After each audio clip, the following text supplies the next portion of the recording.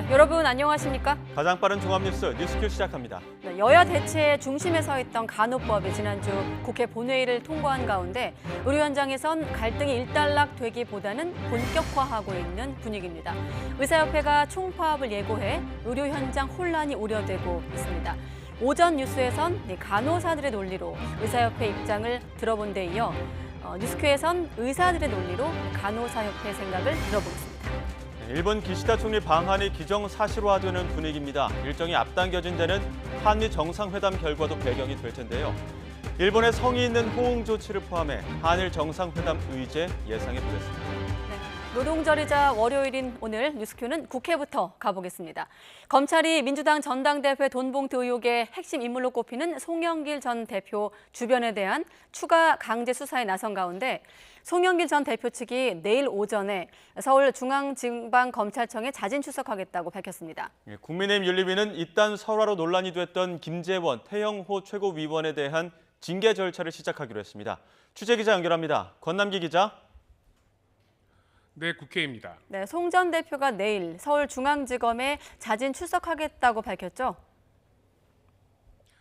네, 그렇습니다. 민주당 전당대회 돈봉투 의혹의 핵심 인물인 송영길 전 대표에 대한 검찰 수사가 본격화하는 가운데 송 전 대표가 내일 오전 10시 서울중앙지검에 자진 출석하겠다고 밝혔습니다. 자신의 변호인을 통해 기자들에게 알린 내용인데 송 전 대표 측은 서울중앙지검 근처에서 기자회견을 열지도 검토 중입니다. 다만 검찰의 입장에 따라 자진 출석이 무산될 가능성도 있는데요. 송 전 대표 측 관계자는 YTN과의 통화에서 검찰과 조율이 안 되어도 일단은 자진 출석하겠다는 입장이라고 전했습니다. 송 전 대표가 자신을 겨냥한 검찰 수사가 갈수록 속도를 내자 사실상 정면 대응하겠다는 의지를 내비친 것으로 보입니다. 이런 가운데 민주당 이재명 대표는 송 전 대표의 자진 출석과 관련한 질문에 아무런 답변을 내놓지 않았습니다. 관련 입장 있으신가요? 네, 반면 국민의힘은 검찰이 피의자가 원하는 시간에 따라 수사하는 게 아니라며 자진 출석은 정치적 공세에 불과하다고 송 전 대표를 비판했습니다. 이어 이재명 대표까지 한데 묶으며 공세의 수위를 갈수록 높이고 있습니다. 이재명 당대표의 권력형 부정부패 의혹과 2021년 전당대회 돈봉투 살포 의혹, 위장 탈당했던 민영배 의원을 뒷문으로 복당시키는 꼼수 등 민주당의 상습적 탈선을 하루빨리 시정하는 역할을 해야 할 것으로 봅니다. 네, 그리고 국민의힘은 오늘 김재원, 태영호 최고위원에 대한 징계 절차 개시를 결정했죠? 네, 그렇습니다. 국민의힘 윤리위원회는 오늘 여의도 중앙당사에서 첫 회의를 열고 이딴 설화로 논란을 일으킨 김재원, 태영호 최고위원에 대한 징계 절차를 시작하기로 했습니다. 김재원 최고위원의 경우 5.18 정신의 헌법 수록이 표를 얻으려 한 것이란 발언과 정광훈 목사 우파 천하통일 발언, 제주 4.3 사건 기념일은 격이 낮다는 발언 등 3가지가 징계 개시 사유로 꼽혔습니다. 또 태영호 최고위원은 부적절한 SNS 게시물과 제주 4.3 사건 관련 발언 등이 문제가 됐습니다. 이와 같은 사유를 징계 개시하기로 한 윤리위원회의 결정은 국민의힘이 국민의 지지와 신뢰를 받기 위한 자체 노력의 일환입니다. 다음 2차 회의에서 당사자의 소명을 듣고 징계 수위는 결정될 겁니다. 김재원 최고위원은 한 달 동안의 자숙 기간을 마치고 오늘 최고위에 참석했는데 기자들을 만나 자진 사퇴 의사가 없음을 분명히 했습니다. 태영호 최고위원도 자신의 징계 가능성 관련 질문에 즉답을 피하며 별다른 입장을 내놓지 않았습니다. 최고위원 자진 사퇴 의향도 좀 있으실까요? 그것은 아직까지 생각해 보지 않았습니다. 윤리위원회에서 소명 요구를 하면 그때 자세히 서명하겠습니다. 제가 윤리의 활동 상황에 대해서 제가 언급하는 것은 대단히 부적절하다. 거기에 대해서 제가 왈가왈부할 사항 그런 건 아니다고 말씀드리겠습니다. 네, 윤리위는 다음 주 월요일 회의를 열고 두 최고위원의 소명을 들을 예정인데 빠르면 이날 징계의 수위가 결정될 가능성도 있습니다. 만약 당원권 정지 이상의 징계를 내릴 경우 내년 총선 공천에도 영향이 불가피할 것으로 보이는 만큼 앞으로의 징계 절차에 관심이 쏠립니다. 지금까지 국회에서 전해드렸습니다. 네, 이렇게 송 전 대표가 자진 출석 의사를 밝혔지만 검찰의 생각은 다릅니다. 송 전 대표가 내일 출석한다고 해도 조사는 이루어지지 않을 거라고, 그러니까 부를 때 나오라고 선을 그었습니다. 네, 9,400만 원어치 봉투 살포 혐의를 넘어 경선 자금 전반으로 수사를 확대한 검찰은 당시 송영길 캠프에 몸담았던 인사들을 상대로 추가 강제 수사에 나섰습니다. 취재기자 연결합니다. 나혜인 기자. 네, 서울중앙지방검찰청입니다. 네, 송 전 대표가 내일 자진 출석하겠다고 밝혔는데 검찰 반응 좀 더 전해주시죠. 네, 검찰은 송영길 전 대표가 귀국 직후에 비슷한 입장을 밝혔을 때처럼 조사 일정은 수사기관이 정하는 거라며 할 말이 있으면 서면으로 내라고 일축했습니다. 아직 송 전 대표 측에서 연락받은 것도 없다며 검찰청 앞에서 기자회견을 하는 건 말릴 수 없지만 면담이나 조사는 불가능하다고 명확히 밝혔습니다. 실체적 진실을 규명하기 위해 계획한 수사 일정이 있고 연일 압수수색을 진행하며 압수물 분석도 해야 하는데 일방적으로 조사부터 해달라는 건 일반적인 수사 절차에도 맞지 않는다고 선을 그었습니다. 네, 오늘도 압수수색이 진행되는 곳 있죠? 네, 재작년 전당대회 당시 송 전 대표 캠프에서 지역본부장과 상황실장을 맡았던 인사 3명이 오늘 자택에서 압수수색을 받고 있습니다. 검찰은 당시 경선 자금이 어떻게 조달되고 운용됐는지 파악할 여러 회의 자료나 보고 자료를 추가로 확보하는 것으로 전해졌습니다. 앞서 캠프 지역본부장이나 상황실장들은 돈봉투 수수자로 지목되기도 했는데 검찰은 이번 압수수색은 수수자 수사와는 별개라고 설명했습니다. 그제 송 전 대표 자택과 후원조직 평화와 먹고사는 문제 연구소 압수수색의 연장선에서 당시 경선자금 조달 과정 전반을 들여다보겠다는 뜻으로 해석됩니다. 검찰은 오늘도 먹고사는 문제 연구소에 수사팀을 보내 CCTV와 차량 출입 기록 등을 확보한 것으로 파악됐습니다. 특히 그제 압수수색 과정에선 해당 연구소의 컴퓨터 하드디스크가 최근에 교체된 정황도 드러난 것으로 전해졌습니다. 검찰 관계자는 금품 살포가 조직적으로 이루어졌고 증거인멸 우려도 상당히 큰 사안이라고 강조했습니다.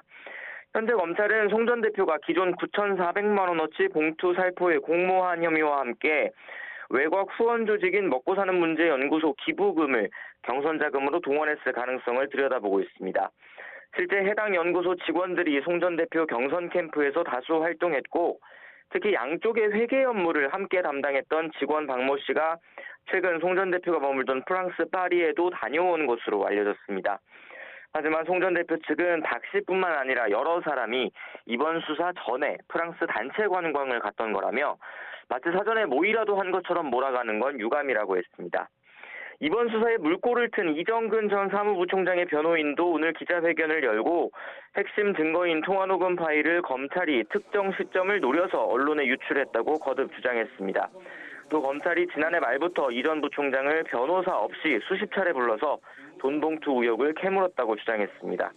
검찰은 방대한 녹취를 분석하고 관련자를 조사하는 과정에서 시점을 조절하는 건 불가능하다며 녹음 파일 유출 의혹은 사실 무근이라고 거듭 일축했습니다. 지금까지 서울중앙지검에서 전해드렸습니다. 대통령실은 윤석열 대통령의 국빈 방미를 통해 한미 상호방위 조약을 핵이 포함된 상호방위 개념으로 업그레이드했다고 평가했습니다. 대통령실은 윤 대통령 귀국 후 배포한 보도자료에서 한국형 확장 억제 구체화를 통해 미 확장 억제 실행력을 질적으로 강화했다며 이같이 설명했습니다. 아울러 한미 간 고위급 상설 협의체인 핵협의그룹 NCG를 신설하고 북한 핵 공격 시 압도적으로 대응하기로 했다는 점을 성과로 내세웠습니다. 네, 일본 언론이 기시다 후미오 일본 총리가 오는 7일에서 8일 우리나라를 방문하는 것이 확정적이라고 보도했습니다. 기시다 총리의 방한이 이뤄질 경우 한일 관계 개선과 한미일 공조가 속도가 붙을 전망입니다. 도쿄 현지 연결합니다. 김세호 특파원.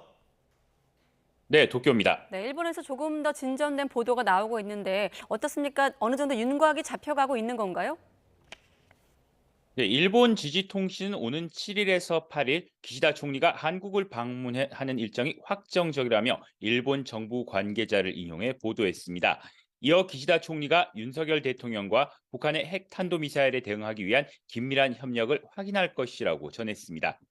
앞서 요미우리, 교도통신 등 나머지 일본 언론들도 기시다 총리가 오는 7일에서 8일 사이 방한을 조율하고 있다고 보도한 바 있습니다. 기시다 총리는 아프리카 4개국과 싱가포르 순방을 위해 출국해 오는 5일 일본으로 귀국합니다. 정해진 일정대로라면 거의 이번 순방 직후 우리나라를 방문하게 됩니다. 일본 정부는 공식적으로는 아직 정해진 게 없다며 말을 아끼고 있습니다. 기시다 총리의 발언 직접 들어보겠습니다. 3月にユン大統領にご訪日をいただきました。その際の首脳会談においてシャトル外交を再開するこのことについては一致をしています。しかし具体的な訪韓時期についてはまだ何も決まっておりません。 기시다 총리는 다만 셔틀 외교의 재개의 중요성을 강조하면서 여지를 남겼습니다. 기시다 총리의 방한이 성사되면 2018년 아베 전 총리가 평창 동계올림픽 개식 참석차 한국을 방문한 이후 5년 만이고 셔틀 외교로서의 일본 정상의 방한은 지난 2011년 10월 노다 전 총리의 방한 이후 거의 12년 만입니다. 기시다 총리는 지난달 19일 지방 신문사 간부들을 만난 자리에서 이번에는 자신이 한국을 가야 한다며 한국과의 관계를 소중히 여기겠다고 말한 바 있습니다. 이 같은 발언으로 방한이 조만간 가시화될 것이라는 관측이 나오기도 했습니다. 다만 한일 당국 간 협의가 진행 중인 것으로 알려지면서 일정이 조절될 가능성도 배제할 수 없습니다. 한미 정상회담 직후로 기시다 총리의 방한 일정이 상당히 앞당겨진 것으로 보이는데 배경도 나오고 있습니까? 네, 기시다 총리는 애초 오는 19일에서 21일 열리는 히로시마 G7 정상회의 이후 여름 무렵 한국을 찾을 것이라는 전망이 지배적이었습니다. 우리 정부의 강제동원 해법안 제시 이후 이뤄진 지난 3월 한일 정상회담 결과를 놓고 한국 내 반발 여론 추이도 지켜보겠다는 입장도 있었던 것으로 전해졌습니다. 하지만 윤 대통령과 조 바이든 미국 대통령의 한미 정상회담은 기시다 총리의 방한 일정에도 영향을 준 것으로 보입니다. 특히 바이든 대통령은 윤 대통령의 대일 외교를 극찬하면서 한미일 공조를 거듭 강조했는데 기시다 총리도 G7 정상회담 전 한일 관계 개선을 위한 가시적인 노력을 볼 필요가 있었다는 겁니다.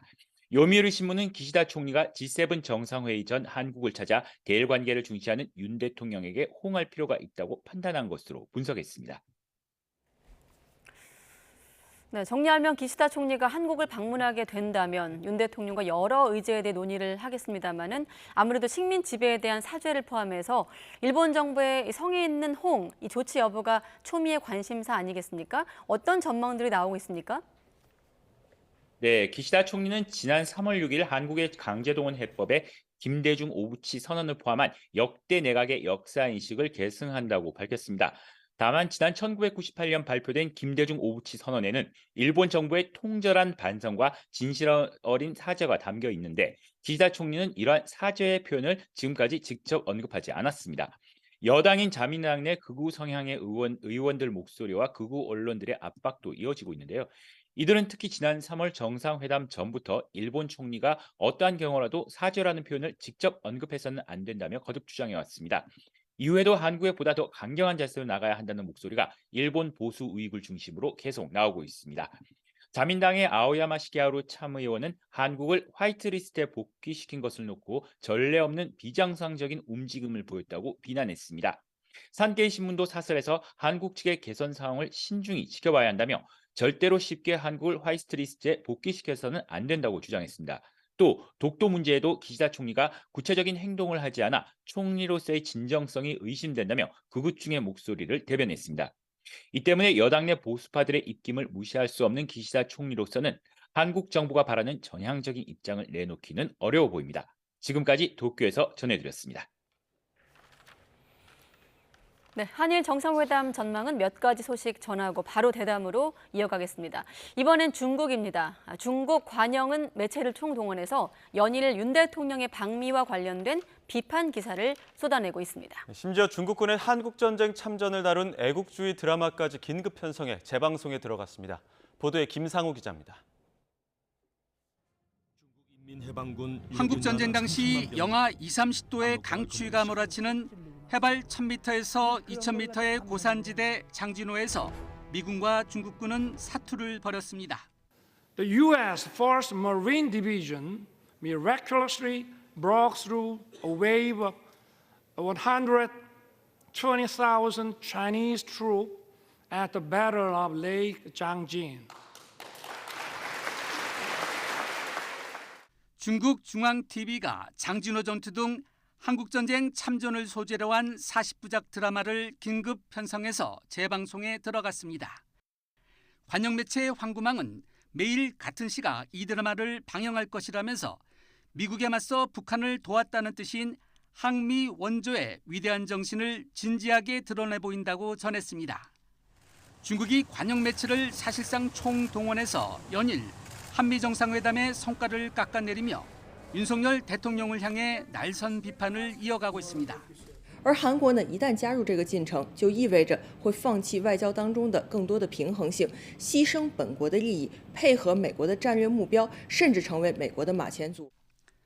글로벌 타임스는 한국 정부가 압도적 친미 정책을 펴고 있다고 비난하며 북한과 중국, 러시아의 보복은 한국의 악몽이 될 것이라며 보복 가능성을 거론했습니다.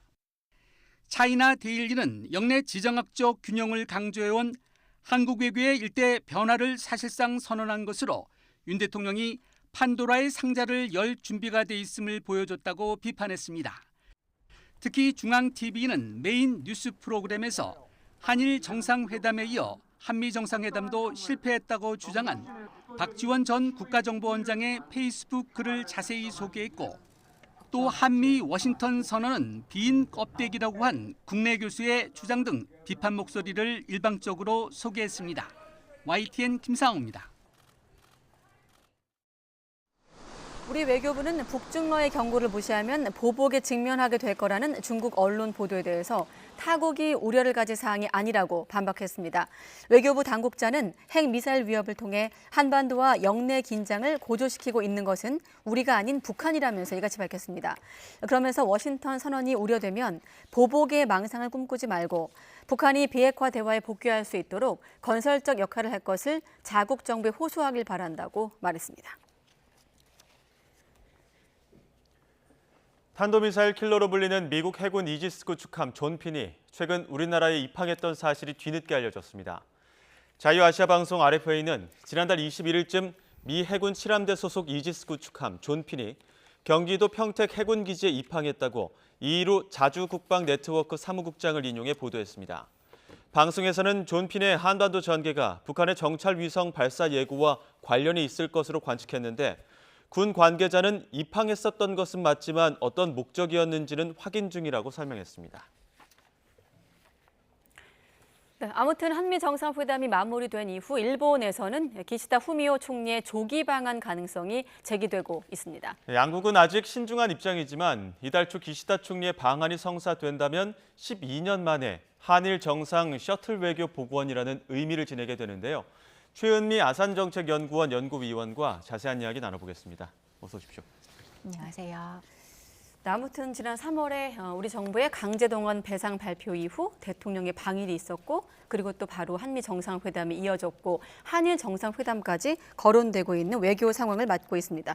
만약에 일본 언론 보도대로 기시다 총리 방한이 성사가 된다면 2018년 2월 아베 신조 당시 총리 이후 처음인 건가요?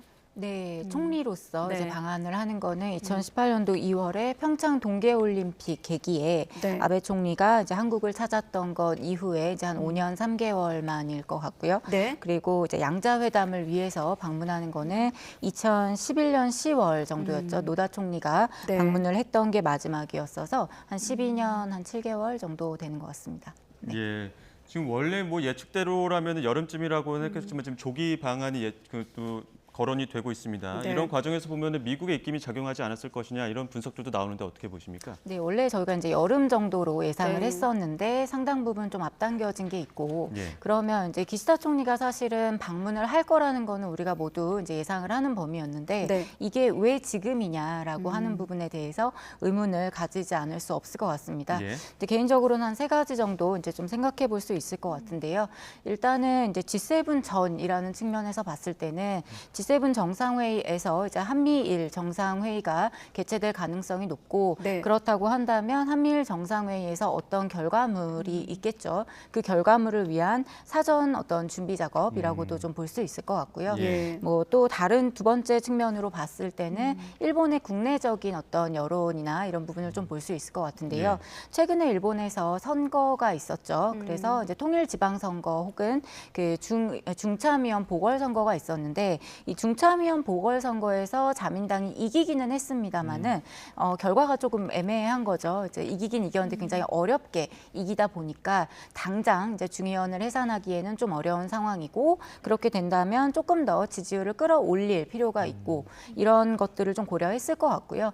한일 관계 측면에서 봤을 때는 한일 관계에 있어서는 사실은 이제 뒤로 가면 갈수록 더 어려운 일들이 많이 있어서 예를 들면 후쿠시마 오염수가 방출될 경우에 한국의 여론이 굉장히 악화될 가능성이 더 높아지고 네. 그리고 이제 더 늦어질수록 사실은 저희의 기대감이 더 높아지기 때문에 여기에 대해서 일본도 생각을 하고 있었을 거라고 봅니다. 이러한 것들을 좀 종합적으로 고려해 보았을 때 지금 움직이는 게 이제 실보다는 득이 더 많다고 판단한 게 아닐까 그렇게 생각합니다. 지금 움직이는 게 실보다는 득이 많다는 일본의 판단이 있었을 것이다. 라고 추측해 봅니다. 네, 한 가지 확인 차원에서 좀 이해를 돕기 위해 여쭤보면 지금 지난 주말부터 교도통신 등 일본 주요 언론들이 7에서 8일 한국을 방문할 거라고 이제 보도가 나왔고 지지통신이 확정적이라는 이제 보도가 오늘 나왔는데 일단 기시다 총리도 아직 결정된 건 없다. 우리 정부도 공식 반응이 없거든요.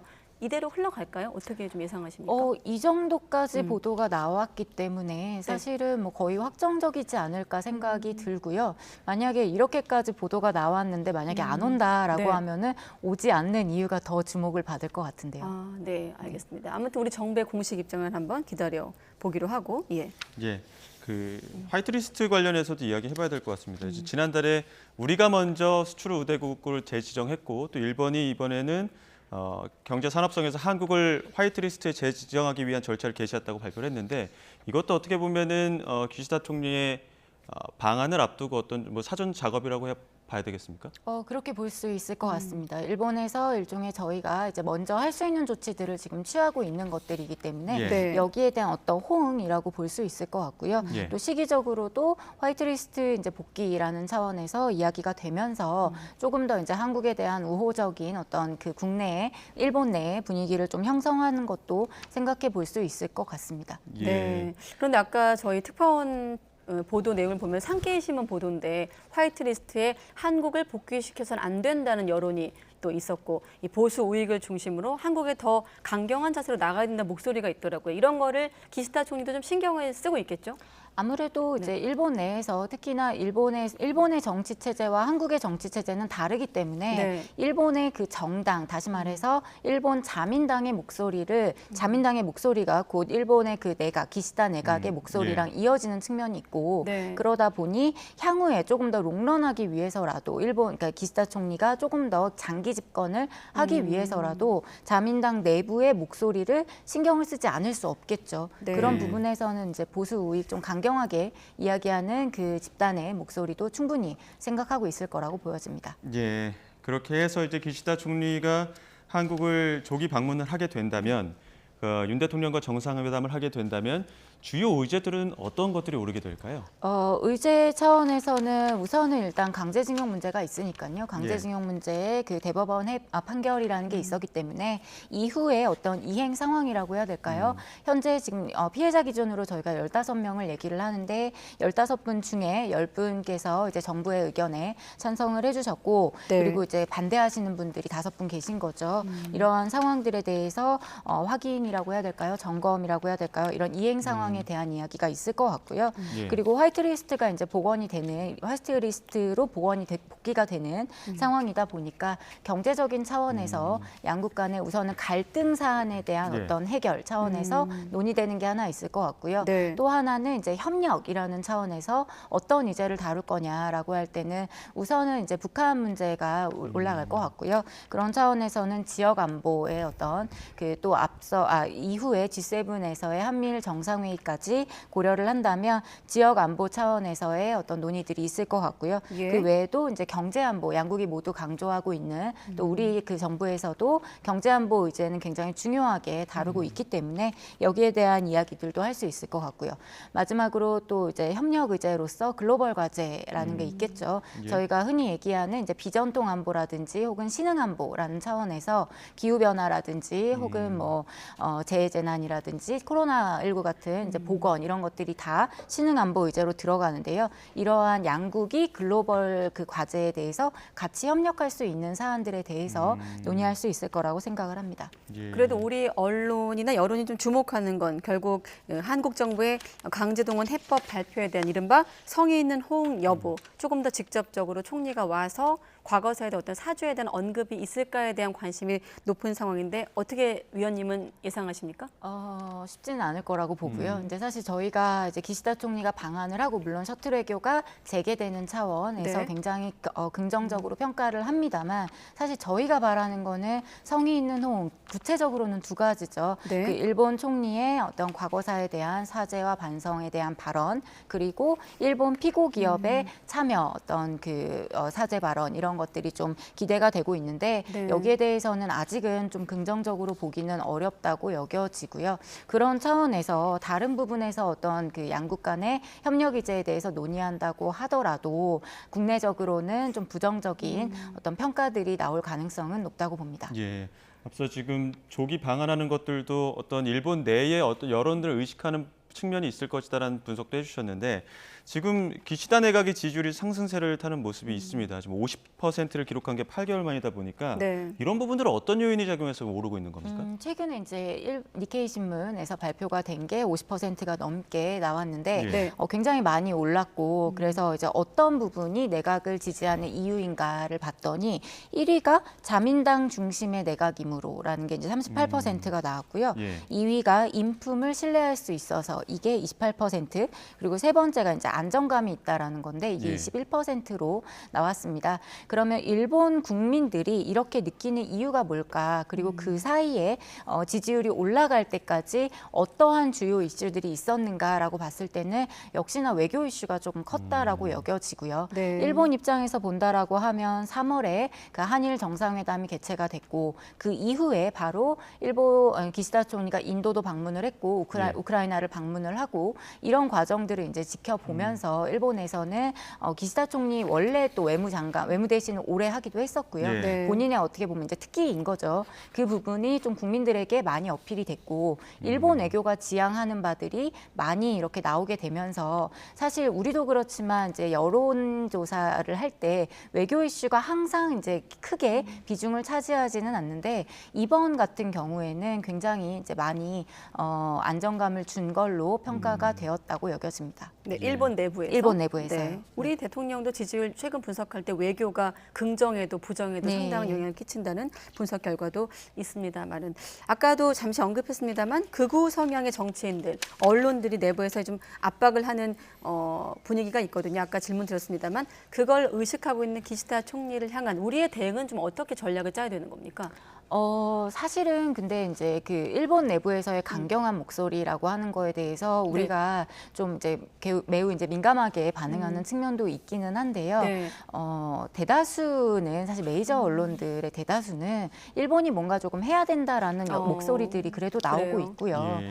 또 이제 일본에서 그런 목소리가 있는 것처럼 한국에서도 여전히 일본에 대해서 한국에서도 어떻게 보면 일본보다 더 강경한 목소리로 일본에게 굉장히 안 좋게 이야기를 하고 있죠. 네. 그래서 양국에서 그런 목소리는 이제 비슷하게 나온다고 저는 생각을 하고요. 예. 그러면 이제 그런 거를 조금 더 신경을 쓸 수밖에 없는 기시다 총리에게 우리가 뭘 요구를 해야 되느냐라고 할 때는 일단 저희가 이제 저희 그 외교 당국에서 이야기해야 되는 부분이 분명히 있죠. 그 과거사 부분에 대해서 네. 일본에게 요구를 해야 되는 부분이 있고, 근데 저는 개인적으로는 이제 사죄나 반성 이 단어가 필요하다라기보다는 네. 그 당시에 있었던 일들에 대해서 기시다 총리 총리가 본인의 입으로 좀 인정을 하고 거기에 대해서 이제 고통을 받으신 분들이 분명히 있기 때문에 네. 그분들에 대한 어떤 그 위로의 말씀, 공감의 말씀이 조금 있었으면 하는 바람이 있고요. 네. 뭐 법적인 사죄라든지 이 부분이 이루어지면 좋겠지만 워낙 이 부분은 이제 양측 간에 이견이 좀 큰 부분이다 보니까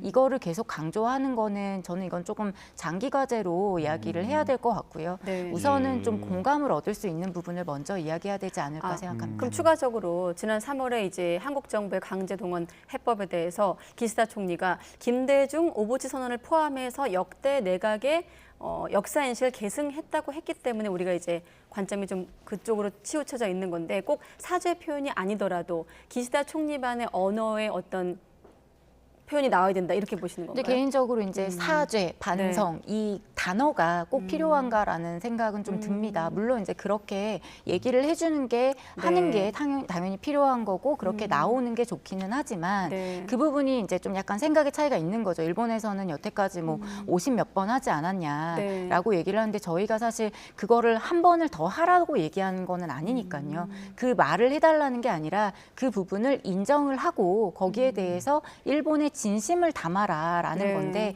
그 부분이 좀 명확히 전달이 안 되는 게 아닌가. 일본에서 생각하는 거랑 한국에서 이야기하는 사죄와 반성을 요구를 하는 거랑 서로 생각하는 부분이 좀 미묘하게 다른 게 아닌가 그런 생각이 들고요. 그 단어를 언급하지 않는다 하더라도 보여주는 행동 혹은 그 관련된 어떤 그 사안에 대해서 마음을 표현할 수 있는 게 있다면 저는 일단 그렇게 먼저 조금 시작해 보는 건 어떨까 하고 생각을 그리고 해봅니다. 그 마음을 우리 피해자가 인정한다면 그럼요. 네. 지금 또 일본 정부가 후쿠시마 원전 오염수 예정대로 봄이나 여름 무렵에 방류하겠다는 입장 밝히고 있습니다. 미국이나 환경단체에서도 이거 우려하는 시각들이 많은데 이 부분도 어떻게 보면 한일 관계에서는 큰 불씨 아닙니까? 네, 그렇죠. 후쿠시마 오염수 문제 관련해서는 특히나 우리 국민들의 어떤 건강과 그리고 안전에 직접적으로 연관이 있는 사안이다 보니까 굉장히 국내에서는 반대 여론이 좀 클 거고 여기에 대해서 이때 과학적인 어떤 근거를 일본에서 제시를 하고 우리도 그 근거에 기반해서 대응을 하는 게 바람직하기는 합니다만 이 불안 요인이라는 거를 조금 해소시켜주는 노력을 할 필요가 있거든요. 우리가 그 일본에서 내세우는 어떤 과학적인 근거에 대해서 이 부분을 못 믿겠다라고 얘기하시는 분들도 계세요. 근데 대부분의 분들은 많이 믿을 수는 있지만 여전히 불안하다라는 게 있기 때문에 그러면 일본이 과학적인 근거를 제시하는 거 이외에 우리의 특히나 이제 주변국들의 불안감을 해소시켜 줄 수 있는 노력을 하고 있나라고 봤을 때는 저는 이런 감정적인 그 부분에 대한 노력은 좀 부족한 게 아닌가 생각이 들거든요. 이번에 방언했을 때 그런 얘기는 나오지 않을까요? 하기를 기대를 하는데 물론 이제 일본에서는 일본의 어떤 그 입장을 얘기를 하겠죠. 이런 이제 뭐 만약에 후쿠시마 오염수에 대한 게 의제로 얘기가 된다, 뭐 그게 공식 의제가 아니라고 하더라도 방류를 앞두고 있다라고 한다면 어떤 식으로든 이야기가 나올 수 있을 거라고 보고요. 거기에 대해서 한국은 한국의 입장을 얘기를 할 텐데 이게 단순히 양측 간의 서로의 입장만 얘기하는 게 아니라 그러면 그 다음 그럼에도 불구하고 국내에서는 여전히 불안하기 때문에 그 불안감을 해소시켜주기 위해서 일본은 어떤 노력을 할 건지 자기네 입장만 얘기하는 게 아니라 어떤 노력을 기울일 건지를 얘기를 해야 되고 그 대답을 받아야 되지 않나 그런 생각을 해봅니다. 네, 알겠습니다. 자, 아무튼 좀 이번엔 논의를 좀 확장시켜서 한미일 협력, 안보 협력에 대한 질문으로 넘어갈 텐데 만약에 서울에서 한일 정상회담이 이루어진다면 G7을 앞두고 한미일 안보 협력 결속, 우리가 한미 정상회담에서 그런 흐름을 좀 확인한 측면도 있고요. 그런 과정이 될까요? 한일 정상회담이? 그렇게 될 수 있다고 보고요. 일련의 흐름으로 봤을 때는 지금 이제 3월에 한일 정상회담이 일본에서 개최가 됐고 그리고 한미가 개최가 되고 그리고 이번에 한국에서 한일 정상회담이 다시 개최가 된다면 그 이후에 한미일로 가는 어떤 이제 스텝이라고 봐야겠죠. 그 단계를 밟아가는 거라고 좀 볼 수 있을 것 같고요. 기시다 총리 입장에서 봤을 때도 그게 뭐 저희가 G7 계기에 일본을 방문하는 거라 하더라도 사실상 한국 대통령이 연달아서 2번이나 일본을 방문하는 거기 때문에 부담이 있을 수밖에 없고요. 거기에 대해서 그럼 일본은 뭘 했는가? 만약에 이번 방안이 이루어지지 않는다면 한일 관계라는 측면에 있어서 뭘 했는가라는 질문을 받을 수밖에 없기 때문에 그런 차원에서 방안이 이루어지는 거라고 볼 수 있을 것 같고 이러한 그 일련의 과정들을 통해서 결국에는 이제 5월 9월에 이번 달에 있을 네. G7 정상회의 계기 한미일 정상회의에 어떤 조금 더 진전된 형태를 기대해 볼 수 있겠죠. 한미 정상회담이 있었기 때문에 한 가지만 좀 구체적인 질문을 드리면 NCG가 좀 안정화가 되면 한미일 차원의 협의체가 있을 수도 있다는 보도가 있었고 여기에 대해서 정부는 아직 검토한 바 없다고 단정을 했습니다만은 만약에 이제 G7 이후에 그런 절차를 만약 예상해 본다면 한미일 차원의 협의체도 만들어질 필요가 있는 겁니까? 가능성에 대해서는 뭐 부인하기는 어렵습니다만 일단 이 필요성이라고 할 때는 아직 NCG 관련해서 어떤 논의가 구체적으로 이루어질지에 대해서도 저희도 아직 조금 이제 명확하게 보도가 되지 않은 상황에서 이 필요성 여부를 얘기하기에는 조금 이른 감이 있을 것 같고요. 네. 핵에 대해서는 특히나 이제 한국에서도 핵 보유에 대한 어떤 부정적인 여론이 많은 것만큼 일본에서도 핵에 대해서는 물론 이제 보유의 얘기는 아니긴 합니다만 네. 굉장히 허들이 높기 때문에 그런 이제 사회적인 어떤 컨센서스 논의가 먼저 이루어지고 그 다음 정부 차원에서 이게 협력이라든지 협의라든지 이런 게 좀 들어가야 되지 않나 그렇게 보고 있습니다. G7 통해서 한미일 결속력이 더욱 강화되고 나면 결국에는 지금 한미일과 북중러의 어떤 구도가 더 이렇게 본격화되는 거 아니냐 이런 이야기들도 나오거든요. 여기에 대한 우려들도 나오고 있는데 여기에 대해서는 어떻게 바라보고 계십니까? 네, 이건 굉장히 이제 근본적인 논의라고 생각을 하고요. 근본적이고 굉장히 중요한 이야기라고 생각이 들고요. 이게 결국에는 이제 힘에 의한 평화라는 이제 얘기를 하고 있는데 힘에 의한 평화라는 것과 이게 오히려 그 힘을 더 많이 가짐으로 인해서 상대편이 그러면 우리도 힘을 더 많이 가져야 되는 거 아니야? 우리도 더 많이 결속해야 되는 거 아니야? 라고 이야기하면은 또 그쪽은 그쪽 나름의 어떤 그룹을 형성할 수 있거든요. 그럼 결국에는 이게 불안정성을 가중시킬 수 있고 그 부분 때문에 이제 소위 얘기하는 이제 안보 딜레마의 일환으로도 해석을 해볼 여지가 좀 있을 것 같고요. 다만 이제 좀 그 협력이라는 것이 좀 공고하고 우리 결국에는 모든 국가들이 그렇지만 자국의 어떤 국민들의 삶과 이제 생명과 재산을 지키는 게 국가의 제일 첫 번째 책무이기 때문에 어떤 게 더 우리에게 필요한 것인가라는 논의들이 조금 더 저는 활발하게 이루어져야 한다고 생각합니다. 네, 알겠습니다.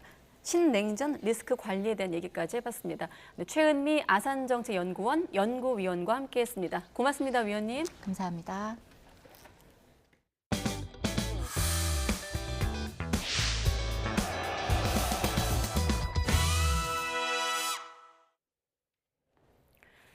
네, 133번째 노동절을 맞아 서울을 비롯한 곳곳 도심에서 노동자들의 집회가 열렸습니다.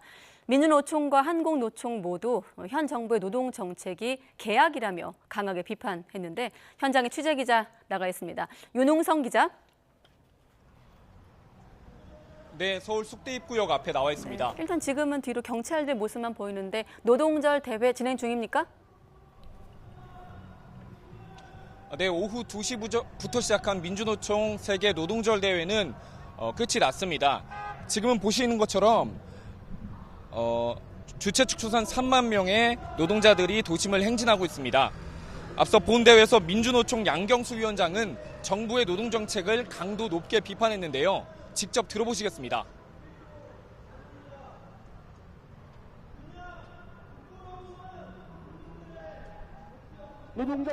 곧 취임 만 1년을 맞는 윤석열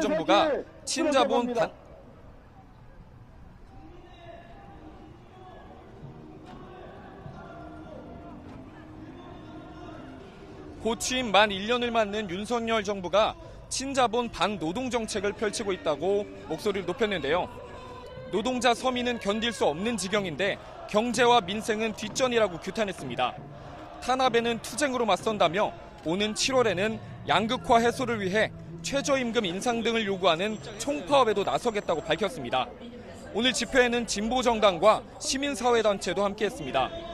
전국 농민의 총연맹은 양곡관리법 개정을 거부한 정부 농업정책을 규탄하는 등 각 단체 연대사가 이어졌습니다. 또 프랑스와 칠레 등 해외 노동조합에서도 영상을 보내 각국의 상황을 설명하고 연대와 지지를 호소했습니다. 네, 그리고 민주노총뿐만 아니라 한국노총도 노동절 집회를 열었죠? 네, 한국노총도 같은 시각 서울 여의도에서 노동절 집회를 열었습니다. 한국노총이 노동절 집회를 연 건 박근혜 정부 시절 지난 2016년 이후 7년 만입니다. 위원장의 대회사 들어보겠습니다. 주 22시간 삭시 노동시간제가 진정 노동자를 위한 것입니까? 직무 선박제를 통해 노동자 대부분과 분열되고 역시 최저임금 인상을 요구하면서 노동조합을 고립시키고 사용자와 기업의 이윤을 극대화하고 있다고 정부를 비판했습니다. 노동계약이 적힌 현수막을 찢고 중대재해처벌법과 연금 등 5대 계약상자를 부수는 퍼포먼스도 벌였습니다. 서울을 포함해 15개 광역시도에서 동시다발적으로 진행된 이번 집회에 양대 노총 추산 전국적으로 20만 명 넘는 인원이 모인 것으로 추정됩니다. 그래서 집회와 행진이 벌어지는 일부 도심에서는 가변차로가 운영되거나 차량 우회가 시행되기도 했습니다. 경찰은 전국적으로 170개 경찰 부대를 현장에 배치해 전 차로를 점거하거나 장기간 교통체증을 유발하는 등 불법 행위에 엄정 대응하겠다고 강조했습니다. 지금까지 서울 숙대 입구 앞에서 YTN 윤웅성입니다. 네, 이렇게 노동계 목소리를 먼저 들어봤는데 정치권도 먼저 국민의힘은 노동절을 맞아 노동 현장의 불법과 부조리를 바로잡고 선량한 근로자가 피해받지 않도록 주저하지 않겠다고 밝혔습니다. 김기현 대표는 오늘 최고위원회의에서 모든 근로자가 노동의 가치를 인정받을 수 있도록 앞장서 노력하겠다며 이같이 말했습니다. 윤재욱 원내대표는 양대 노총이 기득권 수호 투쟁에만 골몰해 안타깝다면서 내일 노동개혁특위를 출범해 노사 법치와 안정성 등을 위한 정책 대안을 마련하겠다고 강조했습니다. 더불어민주당은 부실한 안전망과 과로 등으로 잔혹한 사회적 죽음이 계속되고 있다면서 윤석열 대통령과 정부가 국정운영 기조를 사람 중심으로 대전환해야 한다고 주장했습니다. 박광온 원내대표는 SNS를 통해 세계 최장 수준의 노동시간을 줄이고 일터에서 노동법이 제대로 작동되게끔 정부가 최선을 다해야 한다면서 이같이 밝혔습니다. 이어 민주당은 초등학생 자녀를 둔 맞벌이 부부의 주 4일 근무 현실화 등을 통해 주 4.5일제를 향해 담대하게 나아가겠다고 강조했습니다. 네, 오늘은 5월 1일 근로자의 날이자 노동절입니다. 우리나라에서는 1958년 노동절을 시작으로 1963년 근로자의 날로 명칭을 바꾼 이후 지금까지 근로자의 근로조건을 개선하고 연대의식을 다지기 위해 법률로 정한 기념일인데요. 근로기준법에 따른 유급휴일입니다. 노동절 또는 근로자의 날, 저희도 보도할 때 기사 내용에 따라 두 가지 말을 번갈아 쓰는데요. 우선 사전적으로 어떻게 다를까요? 국립국어원 표준국어대사전에 따르면 노동은 몸을 움직여 일을 함, 그리고 근로는 부지런히 일을 함으로 설명되어 있습니다. 노동계에서는 이 부지런히 일하다는 뜻의 근로가 일제강점기 수탈과 국민 통제를 위해 쓴 잔재라고 주장합니다. 반면 정부와 기업 측은 지나친 이념 해석이라며 행정 낭비라고 맞서고 있습니다. 이런 관점의 차이로 혼용을 하는 경우도 많고 영역별로 달리 쓰는 일도 있는데요. 주로 보수 진영이나 법률 용어로 근로라는 명칭이 자주 쓰이고 그리고 진보 진영이나 경제 영역에서는 노동이라는 표현이 더 많이 쓰입니다. 그런데 명칭 논란과 별개로 누군가에게는 오늘이 빨간 날이지만 누군가에게는 그저 평소와 다름없는 월요일, 검은 날인 경우도 많습니다. 법이 정해놓은 휴일이지만 법이 정한 근로자만 쉴 수 있는 건데요. 근로자법이 아닌 공무원법 등 별도의 법 적용을 받는 공무원들은 그대로 출근합니다. 또 근로계약이 아닌 위임계약 또는 도급계약으로 일하는 특수고용직, 대표적으로 택배기사 직군 등도 여느 때와 마찬가지로 쉬지 못하고 일합니다. 법정 근로자라고 모두 쉬는 것도 아닙니다. 직장인 10명 중 3명은 쉬지 못하고 일하는 것으로 나타났는데요. 근로자의 날 출근하는 회사를 규모별로 분석한 결과 영세 기업이 59.1%로 절반 이상을 차지했습니다. 결국 똑같이 일하는데 누구는 쉬고 누구는 쉬지 못하다 보니 근로자의 날 취지에 맞지 않다는 지적이 매번 나오는데요. 아예 달력상 빨간 날, 그러니까 국가 공휴일로 지정해야 한다는 목소리도 나옵니다. 해외 대부분 국가에서는 국가 공휴일로 지정해 모두가 쉬는 날로 시행하고 있기 때문이죠. 노동과 근로의 차이를 떠나 일하는 사람들의 최대 관심사는 바로 임금일 텐데요. 내년 최저임금 수준을 결정하기 위한 최저임금위원회가 내일 개최됩니다. 최저임금 인상률 결정과 업종별 차등 적용 등 안건이 산적했는데 노정 관계는 극단으로 치닫고 있어 우려가 커지고 있습니다. 관련 소식은 이어서 김연아 기자가 보도합니다. 늑장 개의에 파행까지 내년도 최저임금위가 우여곡절 끝에 다시 첫 회의를 엽니다. 법에 따라 6월 29일엔 최저임금을 정해야 하는데 주어진 3달 중 벌써 한 달을 허비했습니다. 이후 회의들 역시 원만한 진행을 기대하기 어려운 상황입니다. 아직 한 테이블에 앉기도 전인데 노동계는 7월 최저임금 인상을 위한 총파업 투쟁을 예고했고 여기에 건설 현장 채용 강요 혐의 등으로 영장 실질 심사를 앞둔 민주노총 소속 건설 노조원이 분신하면서 감정의 골이 더 깊어졌습니다. 민주노총 건설노조는 이러한 사태의 근본적 원인인 윤석열 여권의 건설노조 탄압을 강력히 규탄하고 건설노동자들의 정당한 권리를 지키기 위해 전 조직적 역량을 다해서 끝까지 투쟁할 예정입니다. 노동계에선 정부 마음대로 결정될 것이란 회의론도 커진 상황입니다. 노동위원 9명, 경영계 9명, 공익위원 9명인 최저임금위 구조상 정부 측 의지에 따라 결론이 정해질 수 있기 때문입니다. 노동계가 권순원 공익위원의 중립성 논란을 강하게 문제 삼는 것도 이 같은 우려 때문입니다.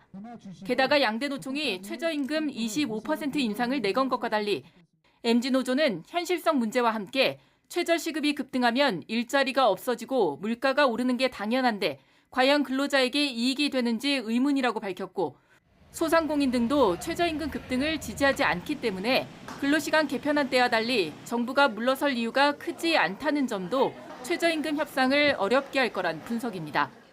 정부도 만약 이거 하나 더 양보하고 가면 앞으로도 아마 계속 노사 문제에 관한 이제 좀 끌려다닌다라는 생각을 할 것 같아요. 좀 강력하게 좀 드라이브를 걸지 않을까.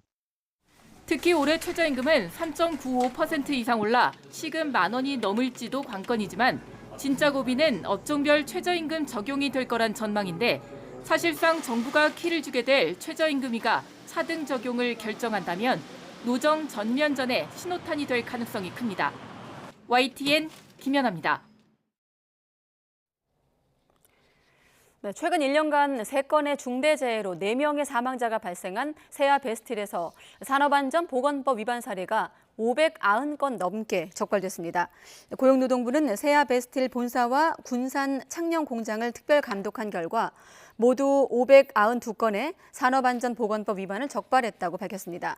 주된 적발 내용은 안전난간 미설치와 안전통로 미확보 등으로 328건은 형사 입건 후 사법 조치를, 또 264건에 대해선 과태료 3억 8천만 원을 부과할 예정입니다. 지난해 강원도 양양에서 산불 예방 비행을 하다가 추락 사고로 숨진 헬기 탑승자 유족들이 지방자치단체장 3명을 중대재해처벌법 위반 혐의로 고소했습니다. 헬기를 공동으로 임차해 운영한 이병선 속초시장과 한명준 고성군수, 김진아 양양군수가 대상으로 지난해 중대재해법 시행 이후 지자체장 고소는 처음입니다. 유족들은 속초시와 고성군, 양양군이 헬기를 공동으로 임차해 운영하면서 안전관리를 게을리해 피해자들을 숨지게 했다고 주장하고 있습니다. 네, 방금 사례는 지자체장을 상대로 한 건데 이렇게 노동계 현실을 개선하기 위해 사업주가 현장 근로자의 안전에 더 신경을 쓰도록 하기 위해 마련된 것이 바로 중대재해처벌법입니다. 지난주 중대재해처벌법을 위반한 혐의로 기업 대표에게 첫 실형 선고가 나왔지만 여전히 현실에선 갈 길이 멀다는 평가입니다. 최명신 기자입니다. 창원지법은 지난 26일 산업안전보건법을 상습적으로 위반하고도 또다시 산재 사망사고를 일으킨 혐의로 한국제강 대표이사에게 징역 1년을 선고했습니다. 지난해 중대재해처벌법 시행 이후 사업주에 내려진 첫 실형 선고에 노사 반응은 극명하게 갈렸습니다. 노동계는 산업안전에 대한 경종을 울리기 위해선 징역 1년보다도 더 센 판단이 나와야 했다며 여전히 처벌 수위가 약하다고 평가했습니다.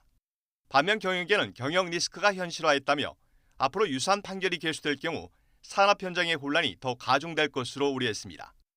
중처법 시행 이후 지금까지 기소된 사건은 모두 14건으로 이 가운데 12건이 아직 법원 판단을 기다리고 있습니다. 법조계에선 피해 규모와 피해자 측과의 합의 여부, 그리고 이번 한국제강처럼 잘못이 개선되지 않고 반복되는지 여부가 양형을 좌우할 것으로 보고 있습니다. 노동자에 대한 안전 확보가 지속적으로 이행되지 않을 경우 안전관리 책임자 이외에 대표자까지 교도소로 향할 수 있다는 강한 메시지를 산업계에 던진 판결로 보입니다. 이런 가운데 당장 발등에 불이 떨어진 곳은 국내 사업장의 90%가량을 차지하는 50인 미만 영세 사업장입니다. 현재는 산재 사망사고가 발생해도 중처법 적용 대상이 아니지만 내년 1월 27일부터는 사정이 달라집니다. 지난해 한 해 동안 산업재해로 희생자가 나온 사고는 모두 611건으로 대부분 50인 미만 사업장에서 발생했습니다. 또 전체 사망사고의 절반 이상이 건설업에서 나왔는데 역시 60% 이상이 규모가 작은 곳들이었습니다. 대기업 수준으로 시설을 개선하고 안전 인력을 채용해야 하는데 현장에선 여력이 안 된다는 지적입니다. 영세하다 보니까 이 법이 언제부터 적용되고 뭐를 준비해야 되는지 또 이 어려운 부분들에 대해서 또 모르는 경우가 많거든요. 영세 사업주들은 유예기간 연장과 시설 개선비 지원이 필요하다는 입장입니다. 노동계는 그러나 소규모 사업장이라고 해서 근로자의 안전이 예외가 될 수 없다는 입장입니다. 결국 소규모 사업장에 대한 중처법 적용 시기가 다가올수록 현장의 갈등은 더 커질 수밖에 없어 보입니다. YTN 최명신입니다. 찬성 179인 기권이인으로서 간호법안 대안에 대한 수정안은 가결되었음을 선포합니다.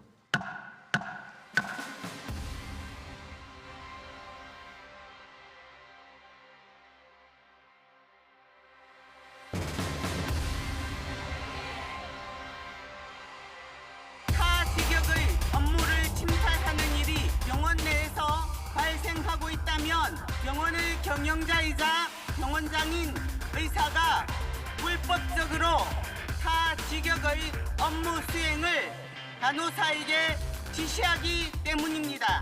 간호법 때문에 새롭게 나타난 문제가 전혀 아니라는 뜻입니다.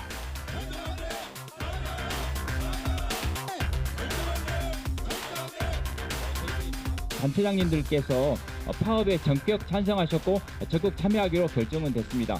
다만 이제 다음 주쯤 부분 파업 그리고 그 다음에 이제 전면 파업에 대해서는 이번 주말에 각 단체별로 논의 후에 날짜를 결정할 예정입니다.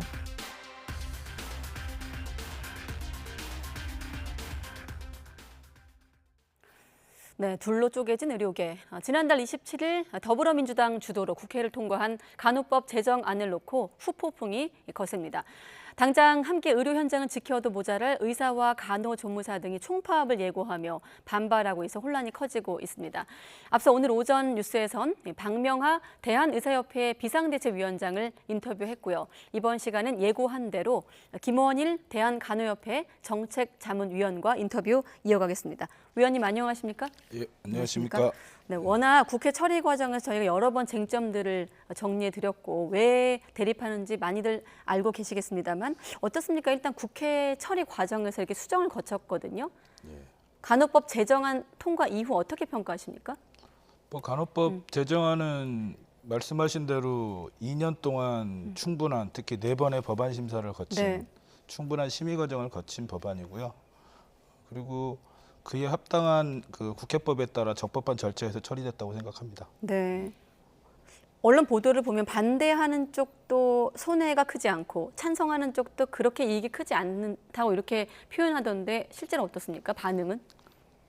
이건 손해다 뭐 이익이다 이렇게 구도를 그려놓은 거죠. 그게 아니고 이거는 현행 법 체계에서 그 어떤 고령화라든가 질병 구조의 변화에 뭐 대처하기 위해서 우리가 이 필요에 의해서 만들어진 거지 누구의 이익을 위해서 만들어진 건 아니었거든요. 네. 알겠습니다. 그러니까 반대하는 입장에선 간호사가 만능 해결사가 된다. 다른 말로 간호사 특혜법 아니냐 이런 주장에 대한 반론을 오늘 위원님을 통해서 하나씩 확인하겠습니다. 지금 의사협회 같은 경우는 회장이 단식 중이고 어제는 이제 조무사협회장이 단식을 하다 뭐 119에 후송되기도 했습니다. 지금 최근에 지금 보면 간호법을 둘러싼 어떤 의료계 현장 어떻게 좀 보고 계십니까? 마음이 편치만은 않을 것 같아요. 예, 뭐 좀 안타깝죠. 이게 간호법이 정쟁의 도구가 됐다는 것도 안타깝고요. 예. 그다음에 이 정쟁의 도구가 되다 보니까 이것이 일부 직역들의 집단 이익을 또 실현하는 또 도구로 또 전락이 되고 있어요. 그래서 네. 아마 좀 그러다 보니까 의료인이나 보건 의료인들이 하지 말아야 할 뭐 생명을 건다라든가 예전에 한번 그런 일이 있었어요. 뭐 서울역에서 의사들이 신나를 뭐 부었다가 한번 논란이 됐었던 적이 있습니다. 그분이 비례대표 신청했다가. 네. 근데 그런 좀 극단적인 행동들은 좀 자제해야 되지 않을까 그렇게 생각을 합니다. 네, 알겠습니다. 자, 의사협회가 간호법 제정안에 대해서 강하게 반대하면서 이를 뭐 비유를 이제 하자면 히포크라테스와 나이팅게일의 대립이다 이렇게 표현하고 있던데 이런 구도에 대해서는 어떻게 평가하십니까? 그 구도가 성립될 수가 없죠. 이게 무슨 대립 구도로 갈 수 있는 게 아닌 거고요. 간호법에 의사와 관련된 조항은 딱 하나밖에 없습니다. 의사, 치과의사, 한의사, 지도하에 수행하는 진료보조. 이건 의료법에도 있는 거고 간호법에도 있는 내용이에요. 이게 의사하고 무슨 관련이 있는 법도 아닌 거고 당연히 의사의 의료 행위에 대해서 간호사는 지원을 하는 거고요. 뭐 그게 간호법이 되었다고 해서 변경되거나 이렇게 될 수가 없는 거죠. 그리고 만약에 그게 변경이 필요하다면 논의 과정에서 충분히 변경이 됐겠지. 네. 그게 안 됐겠습니까? 네. 사실 이제 제3자 입장에서는 의료법에서 특별히 간호법이 바뀐 것도 없는데 굳이 간호법을 만들려고 하는 이유는 뭐냐. 물론 이제 명분은 알고 있습니다. 처우 개선이라든지 어떤 업무 영역을 좀 구분하기 위한 걸로 알고 있는데 조금 더 부연 설명하신다면. 그렇지가 않습니다. 뭐 현실을 반영한 거고요. 지금 의료법은 의료기관만을 규정하고 있는데 네. 그 의료법에 간호에 관한 모든 기본적인 규정이 그쪽에 규정돼 있어요. 그런데 네. 그러다 보니 지금도 이제 이번 논란에서 나타났듯이 지역사회 90여 개의 법률에서 간호사가 활동하고 있고 간호조무사분도 활동하고 있는데 네. 그 문제를 지금 삭제하라고 얘기하잖아요. 그러니까 현실을 반영한 법인데 네. 그걸 삭제하라고 하는 거. 그러니까 복지부에서도 지역사회의 문구가 아무런 이상이 없다고 얘기하는 거 현실을 반영했기 때문에 그런 거거든요. 네. 그렇기 때문에 지금 의사협회 주장이 말이 안 되는 거고 그 주장을 통해서 그게 마치 문제가 있는 것처럼 얘기하는 게 가짜 뉴스인 거죠. 알겠습니다. 지금 말씀하신 대목은 간호법 1조 안에 있는 지역사회 문구에 대한 말씀을 하신 건데 지금 의사협회 아까 인터뷰를 보니까 간호사의 단독 개원 가능성 지금 현재 이제 제정된 간호법에는 열려 있지 않지만 앞으로 시행령 개정이라든지 하위법을 좀 조정해서 간호협회가 단독 의료 활동을 비롯해서 권한 확대에 나설 것을 우려하고 있더라고요. 네. 그러니까 법학자들이 보면 웃을 얘기인데요. 예. 그 의료법 제33조에 의하면 의료인은 이 법에 따라, 즉 의료법에 따라 의료기관을 개설하지 않고는 의료업을 할 수 없다라고 되어 있습니다. 네.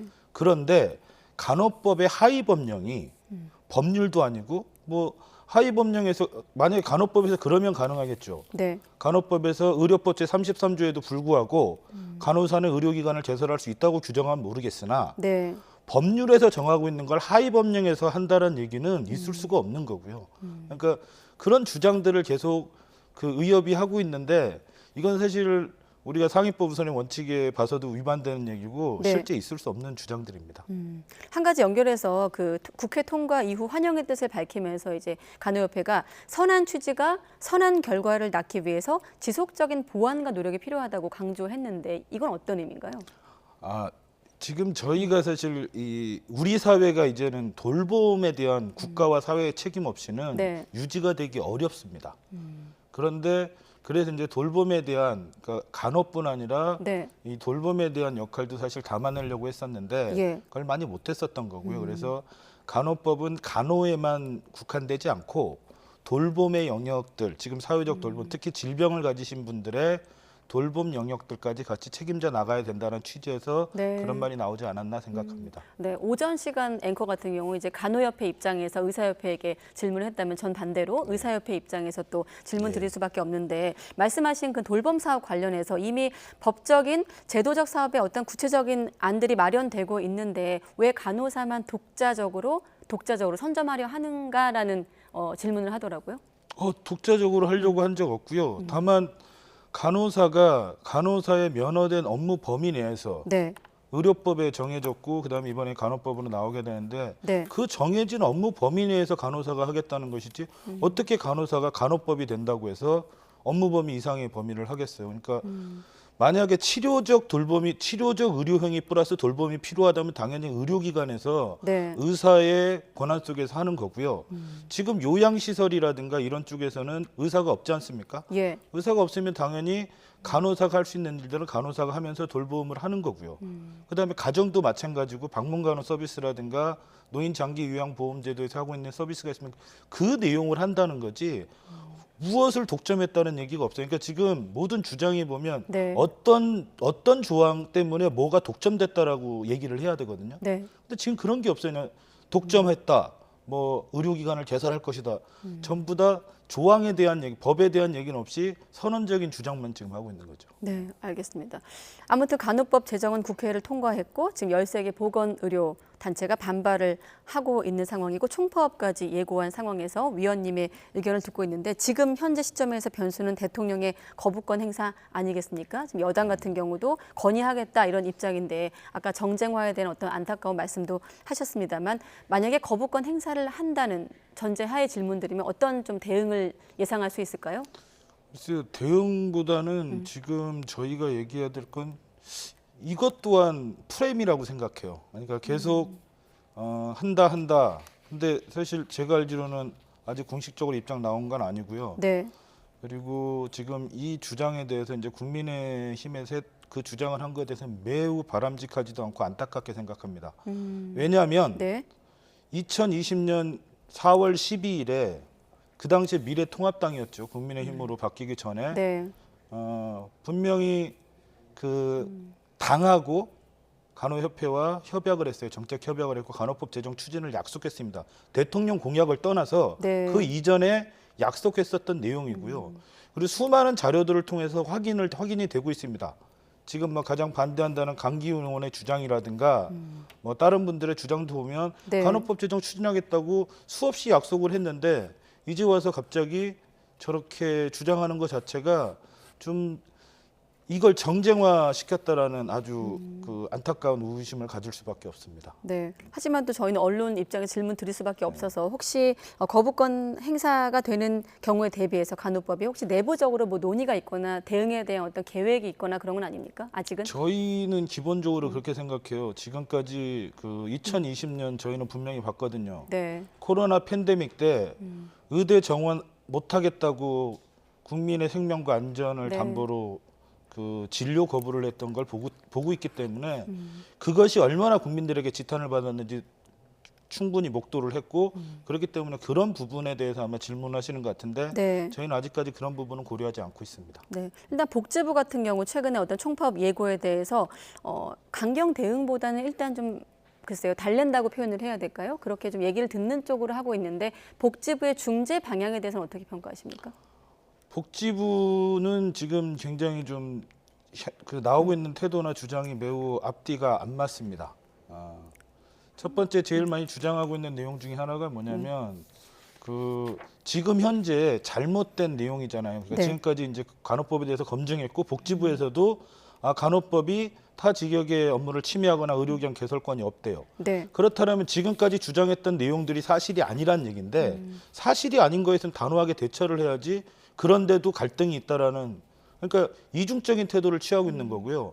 그다음에 며칠 전에 어제죠. 어제 인터뷰에서 장관께서 얘기하셨던 건 사실이 아닙니다. 그 간호조무사 학력 제한을 한다고 하는데 학력 제한 아니고요. 학력 제한 한 적 없고 예. 현행 의료법에 그렇게 돼 있고 그 법을 만든 장본인이 2012년 1월 20일 날 보건복지부에서 입법 예고에서 만들어진 법이에요. 네. 근데 본인들이 만든 법을 가지고서 이제 와서 뭐 그게 뭐 위헌이다, 뭐 고등학교 학력으로 제한했다.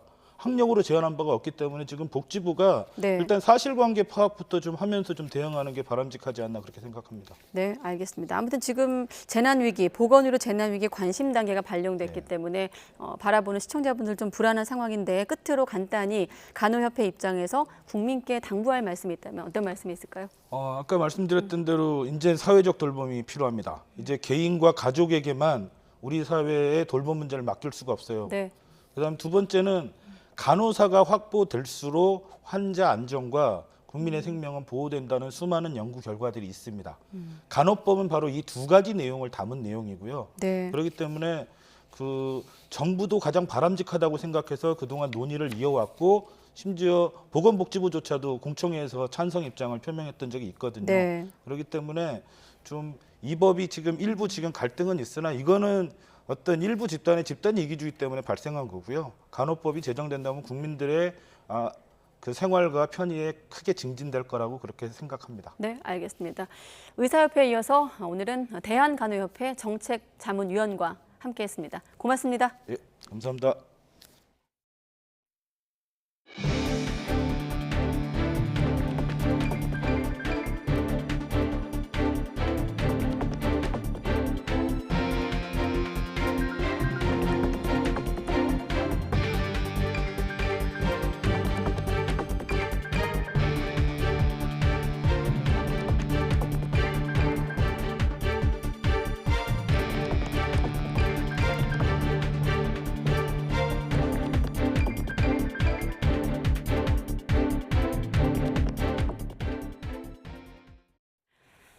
네, YTN 뉴스큐 이어가겠습니다. 청소년을 겨냥한 마약 범죄가 기승을 부리자 검찰이 최대 사형까지 선고될 수 있게 하겠다면서 강력한 처벌 방침을 내세웠습니다. 검찰은 가중처벌 조항을 적극적으로 활용한다는 계획인데 최근 발생한 학원가 마약 음료 사건부터 적용하는 방안을 검토하고 있습니다. 김다연 기자가 보도합니다.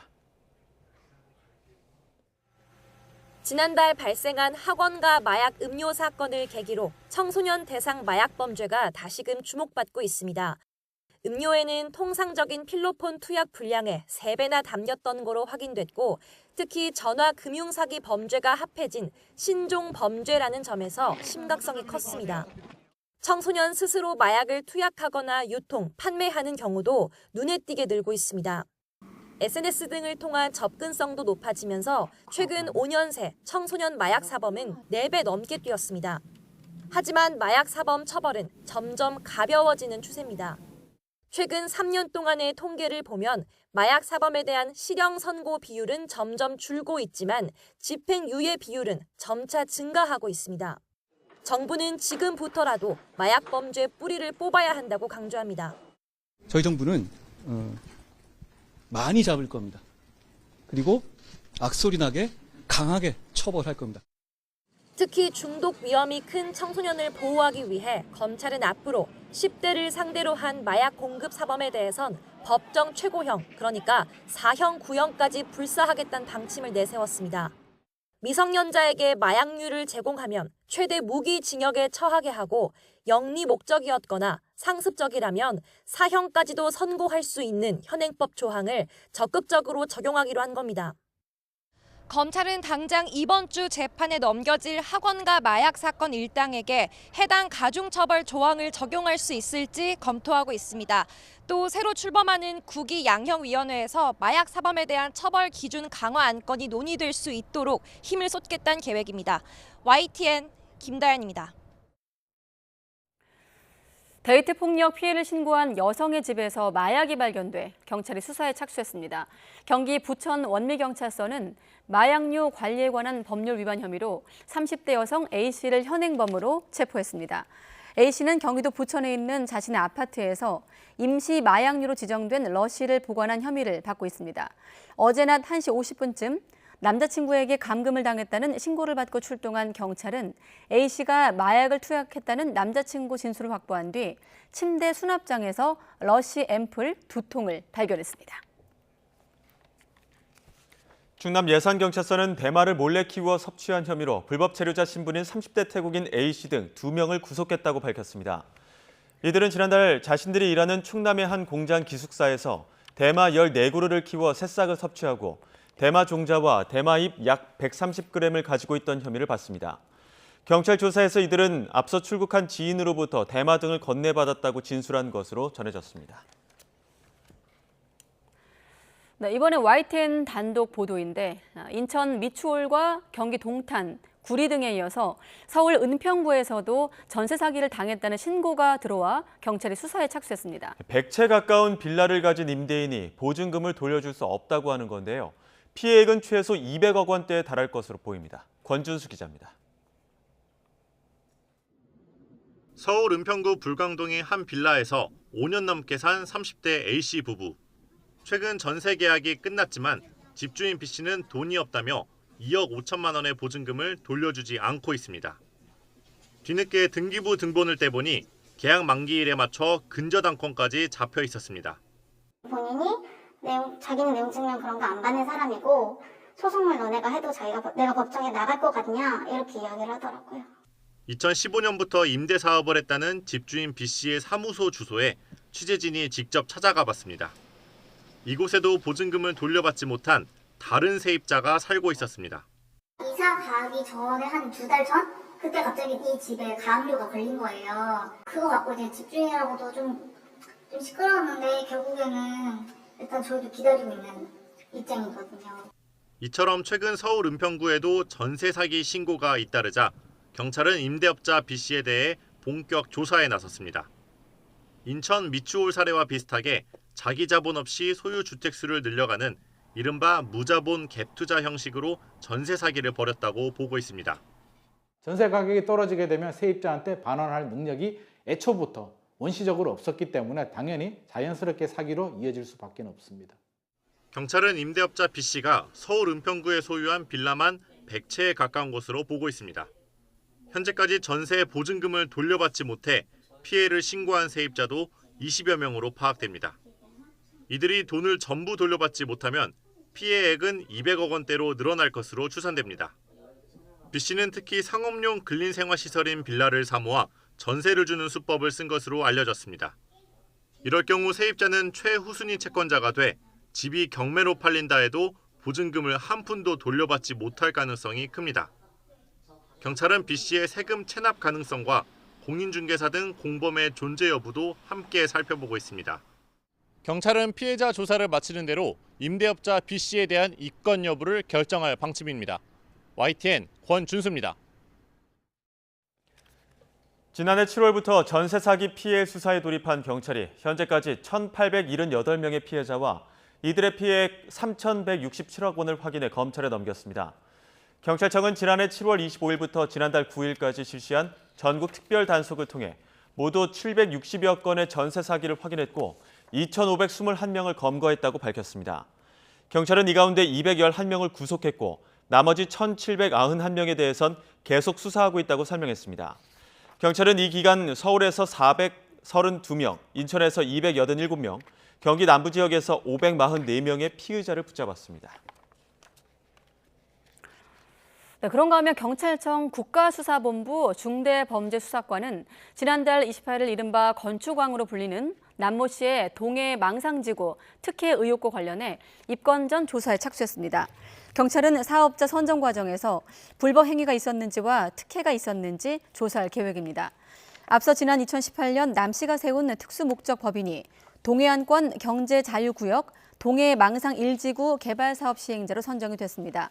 그러나 망상지구 사업자 선정 때 총 자산과 직원 수를 부풀리는 등 서류를 허위로 작성한 점이 검찰 수사에서 드러나면서 남 씨가 특혜로 사업을 수주한 것이 아닌가 하는 의혹이 제기됐습니다. 이달부터 전세 보증금이 집값의 90% 이하인 주택만 주택도시보증공사 허그의 전세보증금 반환보증보험에 가입할 수 있습니다. 허그는 전세보증금 반환보증보험 가입 기준을 기존 전세가율 100% 이하에서 90% 이하로 강화한다고 밝혔습니다. 주택가격 산정 때 공시가격 적용 비율도 지난해까지 150%였지만 올해부터 140%로 적용되면서 이달부터 공시가격의 126%까지만 보증보험 가입이 가능해집니다. 바뀐 기준은 오늘부터 신청하는 신규 보증에 적용되고 갱신 보증은 내년 1월 1일 신청분부터 적용됩니다. 정부가 전세 사기 특별법 입법을 추진하는 등 피해 회복을 위한 대책을 잇따라 내놓고 있습니다. 하지만 피해 사례는 끊이지 않고 있어 계약 체결 전 사고를 막을 수 있는 방법을 숙지하는 일도 중요합니다. 최기성 기자가 예방법을 취재했습니다. 빌라와 다세대 주택이 몰려있는 서울 강서구입니다. 주택도시보증공사가 지난 3월 집계한 서울 전세보증금 미반환 사고 360여 건 가운데 27%, 99건이 이곳에 집중됐습니다. 이런 사고를 방지하기 위한 가장 기본은 임차인으로서 전입신고를 하고 확정일자를 받아 대항력을 확보하는 겁니다. 전세보증보험 가입이 가장 좋지만 여의치 않으면 안전장치를 마련해야 합니다. 위험 물건은 반전세나 월세로 보증금을 낮추는 정도가 최선이라고 할 수 있습니다. 임대계약 전에 대상 물건을 면밀하게 조사한다는 것은 직장 같은 사회생활을 하는 임차인이 하기에는 아무래도 한계가 있습니다. 특히 법적인 문제가 없는지 말소사항이 포함된 등기부 등본을 살펴봐야 합니다. 임차권 등기가 되어 있다가 뭐 이런 부분이 말소됐다라고 하면은 이전에 임대인이 임차인에게 임대차 보증금을 돌려주지 않은 사항이 있는 거기 때문에 위험성을 좀 가늠해 보실 수는 있을 것 같아요. 되도록 임대인과 직접 대면 계약하고 대리인이 나오면 위임한 게 맞는지 반드시 확인해야 합니다. 만일 대리인과 계약할 경우는 반드시 인감증명이 첨부된 위임장을 받음과 동시에 집주인의 전화번호를 확보하여 직접 통화하고 녹음하는 방법이 안전합니다. 공인중개사가 범행에 가담하는 경우도 있는 만큼 같은 매물이라도 여러 공인중개업소를 돌며 정보를 확인하는 방법도 도움이 됩니다. YTN 최기성입니다.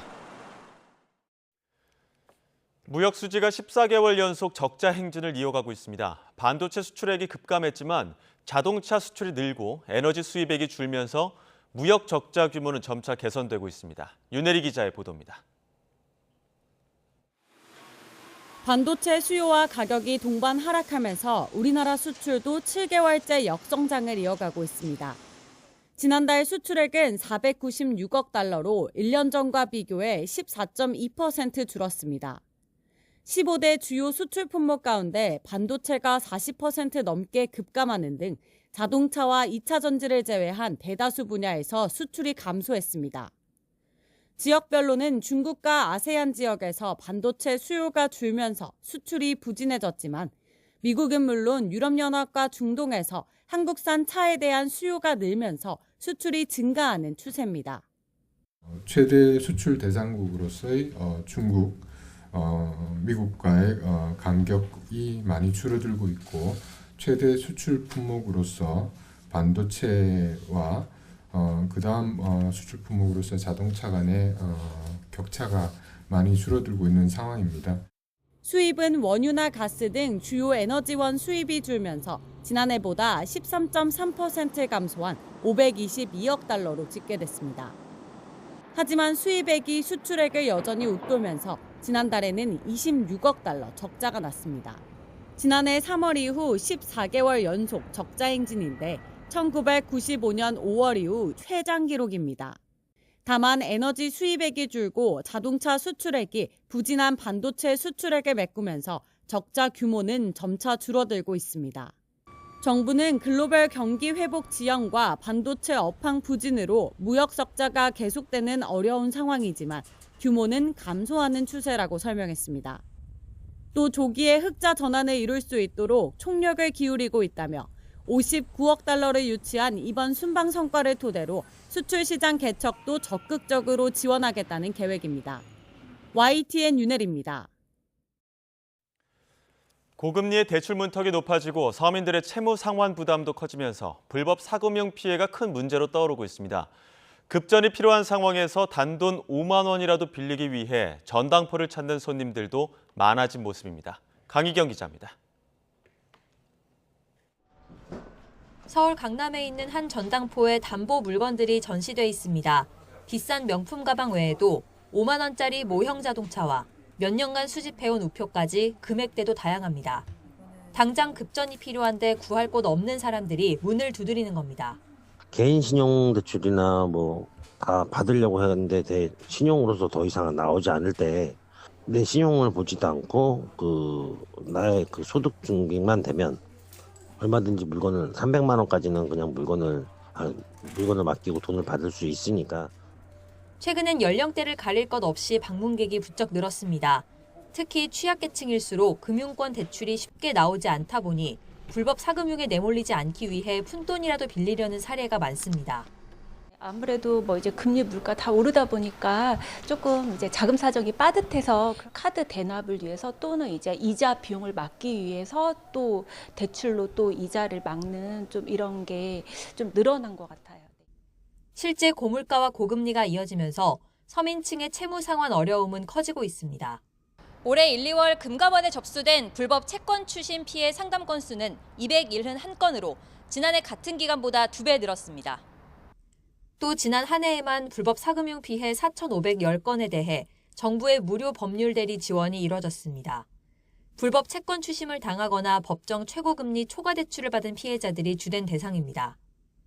금융당국은 피해자들이 가혹한 불법 채권 추심으로부터 보호받을 수 있도록 더 적극적인 지원 사업을 운영하겠다고 강조했습니다.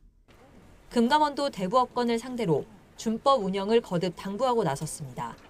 불법적 채권 추심 등으로 인한 서민층 피해가 확대될 수 있다는 우려가 제기되고 있습니다. 대부업계 스스로의 준법 기능 활성화를 위해 힘써 주시길 당부드립니다.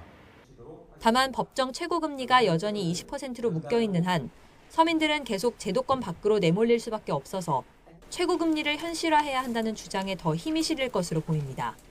YTN 강희경입니다. 급전이 필요한 취약계층의 최대 100만 원을 당일 빌려주는 소액생계비 대출이 출시 한 달 만에 143억 원을 넘어섰습니다. 금융위원회와 서민금융진흥원 자료를 보면 지난 3월 27일 소액생계비 대출 출시 이후 지난달 26일까지 대출 신청은 23,532명, 대출 금액은 143억 3천만 원으로 집계됐습니다. 1인당 평균 대출 금액은 61만 원으로 50만 원 대출 건은 17,900여 건, 주거비나 의료비 등 특정 자금 용도가 증빙돼 50만 원 초과 대출이 나간 건 5,500여 건이었습니다. 소액 생계비 대출 창구에서는 복지 취업 지원 등도 함께 이루어지는데 실제 복합 상담이 이루어진 건수는 23,474건으로 집계됐습니다. 경기 악화로 예상보다 국세 수입이 줄면서 정부가 세수 추계를 다시 하기로 했습니다. 하지만 세수 부족에도 증세나 추경을 통한 보전엔 거듭 선을 그었습니다. 이영원 기자입니다. 지난해 8월 정부가 전망한 올해 세수는 400조 원이 넘습니다. 호황을 누린 지난해보다도 1.2% 늘려 잡은 규모입니다. 하지만 실제 실적은 정부 기대치에 한참 못 미칩니다. 올해 3월 말 기준 국세 수입은 87조 1천억 원에 그쳤습니다. 1년 전 같은 기간보다 24조 원이나 줄어든 겁니다. 경기 둔화로 내수가 쪼그라들고 기업 실적까지 나빠지면서 소득세와 법인세, 부가가치세가 큰 폭으로 줄어든 탓입니다. 문제는 하반기 경기가 나아질 거라는 정부의 상저하고 전망에도 세수 구멍을 채우기 쉽지 않다는 점입니다. 부족할 가능성이 커 보인다 이렇게 지금 예측을 하고 계시는 거죠? 예, 지금 금년 상황이 이렇게 녹록지 않기 때문에 이에 기존 전망치를 폐기하고 세수 규모를 다시 추계하기로 했습니다. 세수 부족분이 25조 혹은 더 이상까지 갈 수 있는 내년 4월 총선 때문에 세금 올리는 게 부담스럽기 때문에 세수 부족분이 조금 더 증가할 가능성이 있다. 올해 정부가 쓰기로 정한 예산만 638조 원이 넘는 만큼 세수 부족분에 따른 대책이 필요하지만 쉽지 않은 상황입니다. 내년 총선을 앞둔 정치권 입김에 증세는 사실상 불가능하고 이미 상반기에 재정을 집중해 앞으로 줄일 여력이 크지 않기 때문입니다. 강저하고를 보고 땡겼었고 상반기에 하반기에 경기가 만약 수출이 안 늘어나면은 성장률을 못 맞췄는데 그러면 그대로 있을 것이냐? 그거 안 되는 거죠. 그러면 선거에서 지니까 그러면 추경을 하게 돼 있고. 결국 세수 부족분을 추경으로 보전할 가능성이 크다는 건데 정부는 거듭 선을 그었습니다. 또 증세 역시 최후에 검토할 사안이라며 재정 지출 효율화가 우선이라고 강조했습니다. YTN 이영훈입니다. 그동안 사찰 주변을 지나는 등산객들에게도 입장료를 받아 통행세 논란이 있었던 조계종 산하 사찰들이 오늘 4일부터 문화재 관람료를 받지 않기로 했습니다. 그러니까 무료 입장. 전국 65개 사찰이 대상인데 감면된 관람료는 정부 예산으로 지원하게 됩니다. 차정윤 기자가 소개합니다. 문화재청과 조계종이 문화재 관람료 지원과 관련한 업무 협약을 체결했습니다. 조계종 산하 사찰 관리구역을 지날 때 적게는 1,000원에서 많게는 6,000원까지 받던 입장료를 오는 4일부터 폐지하기로 한 겁니다. 많은 국민들이 보다 쉽고 편하게 사찰을 방문하실 수 있게 되어 소회가 남다릅니다. 이에 따라 해인사와 법주사, 불국사 등 조계종 산하 65개 사찰을 지날 때 무료로 입장할 수 있게 됩니다. 다만 시도 지정 문화재를 보유한 인천 보문사와 충남 고란사, 경남 보리암 등 전국 5개 사찰에서는 관람료 징수가 유지됩니다. 감면된 입장료는 지난해 국회에서 책정된 정부 예산 419억 원으로 충당합니다. 사찰이 문화재 관람료를 받지 않으면 정부나 지자체가 그 비용만큼 지원할 수 있도록 법이 개정됐기 때문입니다. 2022년 5월 3일 문화재보호법이 개정됐고 사찰 등 민간의 문화재 관람료 감면 시에 감면 비용을 국가나 지자체가 지원할 수 있도록 하는 근거가 마련됐습니다. 그동안 사찰 관리 구역을 지나가는 등산객들에게도 입장료를 받아 지적됐던 통행세 논란도 종지부를 찍을 것으로 보입니다. 정부와 조계종은 관광객 증가로 인한 지역 경제 활성화를 기대하면서도 문화재 훼손과 시민 불편 상황에 대비해 대책을 마련하겠다고 설명했습니다. 이러한 노력이 있었음에도 수행 환경이 심대하게 훼손된다면 예약제 등 보호 대책을 강구할 수 있음을 깊이 인식하여 주시기 바랍니다. 조계종은 감면 시행 첫날인 오는 4일 충북 보은군 법주사에서 매표소 명칭을 불교 문화유산 안내소로 바꾸고 문화재 보존 캠페인을 벌일 예정입니다. YTN 차정은입니다. 어제 규모 3.1의 지진이 발생한 충북 옥천.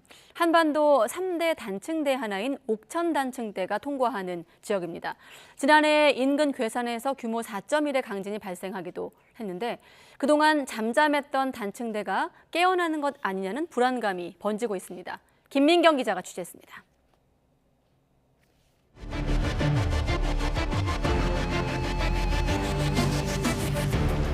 지진은 땅이 찢어지며 일어납니다. 이를 단층이라 하고 수십에서 수백 킬로미터에 달하면 단층대로 부릅니다. 우리나라에는 3개의 대표적인 단층대가 존재합니다. 경북과 경남을 가로지르는 양산단층, 강원도와 충북을 지나 광주까지 이르는 옥천단층, 그리고 북한부터 수도권, 충남을 연결하는 추가령 단층대입니다. 2016년 규모 5.8의 역대 가장 강한 경주 지진은 양산단층 주변의 숨겨진 단층에서 발생했습니다. 지난해 10월 발생한 규모 4.1의 괴산 지진, 그리고 이번 규모 3.1의 옥천 지진은 모두 옥천 단층대 인근에서 일어났습니다. 지진 전문가들은 양산과 옥천 단층대가 깨어난 것은 아니라는 분석입니다. 이번 옥천에서 발생한 규모 3.1의 지진은 주변에 알려져 있는 단층이 없어 알려지지 않은 단층에서 발생한 것으로 추정됩니다. 하지만 지진 발생 지역은 그동안 큰 지진이 없었던 곳입니다. 그만큼 지각에너지가 축적됐다는 얘기입니다. 여기에 2011년 동일본 대지진이 방아쇠가 돼 단층대 주변 약한 단층들이 움직이기 시작했을 가능성이 큽니다. 지진 전문가들은 지진 안전지대가 아니라는 것이 다시 한번 확인된 만큼 수도권을 포함한 내륙 지역의 건물 내진 설계를 꼼꼼히 살펴봐야 한다고 지적했습니다. YTN 김민경입니다. 네, 지진 안전지대가 아닌 점도 환기하고 또 기상이변도 주목해야 합니다.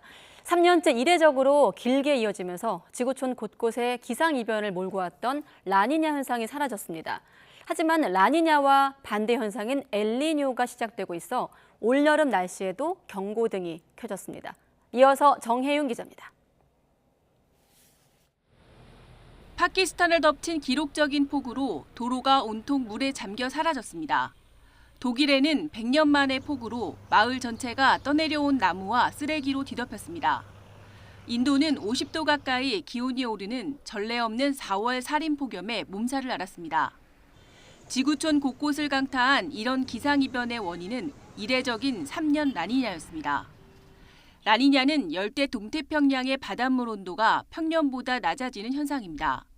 지난 2020년 8월부터 시작돼 올해까지 3년이나 이어졌는데 해양에서 대기로 열의 불균형이 확산하며 전 세계적인 재난을 일으킨 겁니다. 보통 라니냐는 6개월에서 1년 정도 지속되다 중립 상태가 되는데 2020년에 시작된 라니냐가 지금까지 이어지면서 3년 연속 지속되는 것은 이례적인 상황입니다. 올해 3월까지 이어지던 라니냐는 중립 상태를 거쳐 지금은 오히려 기온이 예년보다 높은 엘니뇨 상태로 접어들고 있습니다. 기상청은 5월에서 7월 사이 엘니뇨가 발달하고 가을쯤에는 강한 엘니뇨로 심화할 것으로 전망했습니다. 여름철 엘니뇨가 발달하면 우리나라에는 무더위를 몰고 오는 고기압의 확장이 늦어집니다. 따라서 장마와 무더위도 늦게 시작하는데 남부지방은 호우가 잦아지는 특성을 보입니다. 엘니뇨가 발달하는 여름철에 우리나라는 남부지방을 중심으로 강수량은 증가하고 기온은 하강하는 경향성이 있습니다. 3년 라니냐에 이어 강한 엘니뇨가 예고되면서 올여름 기상이변에 대한 경고등이 켜졌습니다. YTN 정혜윤입니다. 올해 전국 평균 누적 강수량이 평년의 73%, 대전, 세종, 충남은 53.9%에 불과한 가운데 환경부가 충남 보령댐 가뭄 대응 단계를 지난달 29일자로 관심에서 주의로 격상했습니다. 환경부는 충남 서부권 8개 시군의 용수 공급원인 보령댐 가뭄 단계가 주의로 격상됨에 따라 보령댐에서 하류로 내보내는 하천 유지 용수를 44% 줄여 하루 13,400톤 정도의 물을 비축하기로 했습니다. 또 농업 용수 공급량도 실사용량을 토대로 추가로 감축해 하루 1,000에서 4,500톤의 물을 비축합니다.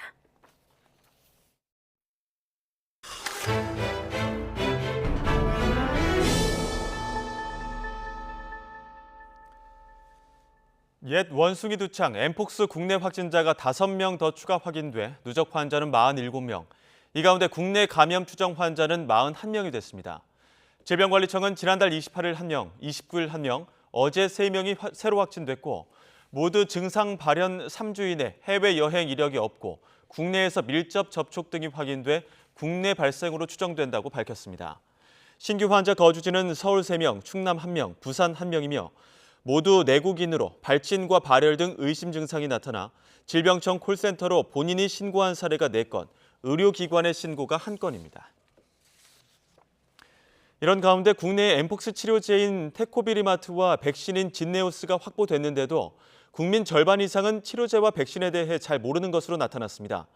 유명순 서울대학교 교수팀이 한국리서치와 전국 18세 이상 성인 남녀 1,000명을 대상으로 조사한 결과 국내에 엠폭스 치료제가 있는지 모르겠다는 답변은 55.4%에 달했습니다. 백신에 대해서도 국내에 있는지 모르겠다는 답변은 53.6%로 절반을 넘었습니다. 우리나라 고등학생 7명 중 1명은 직업계 고등학교 학생으로 수능과는 무관하게 고교 3년을 보내고 있습니다. 2017년 현장 실습생 사망 사건 이후 취업률 같은 수치보다는 학생 개개인의 미래에 집중하는 방향으로 직업계고 정책도 바뀌고 있는데요. 장하영 기자가 직업계고를 숫자로 들여다봤습니다. 사랑합니다 고객님, 무엇을 도와드릴까요? 2017년은 우리나라 직업계고 역사에서 아프게 기억되는 해입니다. 영화 다음 소희의 모티브가 된 전주 콜센터와 제주 생수업체 현장 실습에서 잇따라 사망 사건이 일어났습니다. 이를 계기로 현장 실습생의 노동 환경을 개선하고 보호해야 한다는 목소리가 터져나왔고 법 개정으로 이어졌습니다. 2017년하고 지금의 어떤 현장 실습의 환경은 너무 많이 변해 있다. 안전 전문가가 또 가서 점검을 하고 세임이 또 가고 학생이 가서 사전 면접을 보고 견학을 하고 내가 아니다 싶으면 안 보내고. 하지만 2017년을 기점으로 취업률은 곤두박질 쳤습니다. 졸업생 절반 넘게 취업했었지만 2019년 취업률은 진학률에 역전됐고 이듬해 20%대로 내려앉았습니다. 고졸 취업은 위험하다는 인식이 학생과 학부모 사이에 퍼졌고 각종 규제가 생기면서 기업들도 현장 실습 업체 참여를 꺼린 겁니다. 우리나라 직업계고 졸업자의 평균 나이는 18살. 30살이 다 돼서야 졸업하는 핀란드나 노르웨이에 비해 어린 나이에 또래보다 일찍 진로를 고민하고 결정하는 경우가 많습니다. 그 어릴 때 남들과는 다른 직업을 가지고 싶어서 4차 산업혁명 시대에 유망한 직업을 찾아보던 중에 정보보안 전문가라는 직업을 알게 되었고 취업을 꿈을 가진 친구들끼리 또 얘기를 하면은 어떤 워라밸이 있고 어떤 연봉이 얼마 정도 되는지 이런 장점을 인식하고 현장 실습에 참여하는 기업도 생겨나고 있습니다. 나이가 어린 친구들이 같이 일하기가 힘들다라는 편견이 있는데 그런 편견을 무색하게 할 만큼 관리자들의 평이 굉장히 좋았고요. 업무에 임하는 그런 태도도 굉장히 적극적이고 대학에 가지 않아도 문제없이 사회생활을 할 수 있고 마음먹으면 언제든 진로를 바꿀 수 있도록 고교 3년을 포함해 10년 동안 국가가 안전망을 쳐야 한다는 목소리가 나오고 있습니다. 하다 보면 나는 더 좋은 쪽으로 갈 수도 있을 것 같은데 또는 이 일은 나와 안 맞는 것 같은데 라고 해서 새로운 직업을 찾는 경우가 있습니다. 단순히 공부만 하는 것이 아닌 정말 내가 하고 싶은 활동을 위해서 학교를 찾을 수 있는. 자격증 취득률이나 취업률 같은 평가 지표보다 학생 개개인의 발전 가능성에 초점을 맞추고 무엇보다 차별 없는 사회가 돼야 한다는 지적입니다. YTN 장하영입니다. 북아프리카 수단 정부군과 준군사 조직인 신속지원군이 휴전 기간을 거듭 연장하기로 합의했다고 AFP 통신 등 외신들이 보도했습니다. 수단 군부 1인자인 압델 파타 부르한 장군이 이끄는 정부군은 성명에서 미국과 사우디아라비아의 중재로 현지 시각으로 4월 30일 자정 종료되는 휴전을 72시간 추가 연장한다고 밝혔습니다. 모하메드 함단 다갈로 사령관이 이끄는 신속지원군도 국제사회와 영내 요구에 따라 72시간 휴전을 연장하기로 했다면서 민간인과 주민이 안전한 장소로 이동할 수 있는 인도적인 통로를 보장하기 위한 것이라고 말했습니다. 우크라이나가 크림반도 유류 저장고를 겨냥한 공격이 자국군에 의한 것이며 반격을 위한 대규모 공세 준비 과정이라고 밝혔습니다. DPA 통신 등에 따르면 나탈리아 후메뉴크 우크라이나 남부사령부 대변인은 자국 TV 방송에서 전날 유류 저장고 화재를 거론하며 병참기지를 파괴한 것은 우리 군의 반격을 위한 준비 중의 하나라고 말했습니다. 5월의 첫날부터 계절의 여왕이라는 말이 걸맞은 하루였죠. 쾌청한 하늘 아래 서울 기온 20.8도까지 올랐는데 내일은 오늘보다 날이 더 따뜻해집니다. 내일 서울 아침 기온은 10도로 오늘과 비슷하겠지만 한낮에는 24도까지 올라서 오늘보다 3도가량 높겠습니다. 낮에는 이렇게 따뜻하더라도 아침, 저녁으로는 날이 쌀쌀한 만큼 체온 조절 잘 해주시기 바랍니다. 내일도 전국적으로 쾌청한 하늘이 함께하겠습니다. 하지만 동쪽 지역에는 건조주의보가 이어지는 가운데 바람이 다소 강하게 불어서 화재 예방에 신경 써주셔야겠고요. 낮 동안에는 봄볕이 내리쬐면서 전국적으로 자외선이 무척 강하겠습니다. 여기에 경기 남부와 충청 이남 지역에는 오존 농도도 나쁨 수준까지 오르겠습니다. 오후 2시부터 5시 사이 장시간 야외 활동은 자제해 주시는 것이 좋겠습니다. 내일 아침 기온은 서울과 대구 10도, 대전은 8도로 오늘과 비슷하겠습니다. 낮 동안에는 따뜻한 남서풍이 기온을 끌어올리면서 서울 낮 기온 24도, 대전과 대구 26도, 광주는 27도로 오늘보다 1에서 5도가량 높겠습니다. 주 중반까지 맑고 따뜻한 봄 날씨가 계속되겠지만 주 후반에는 전국에 다소 많은 비가 내릴 가능성이 있습니다. 날씨였습니다.